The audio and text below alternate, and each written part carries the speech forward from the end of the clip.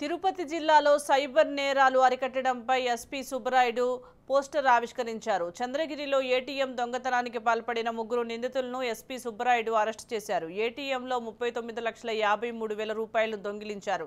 Car, bike కొనుగోలు చేసి online games బెట్టింగ్లు చేశారని ఎస్పీ వివరించారు.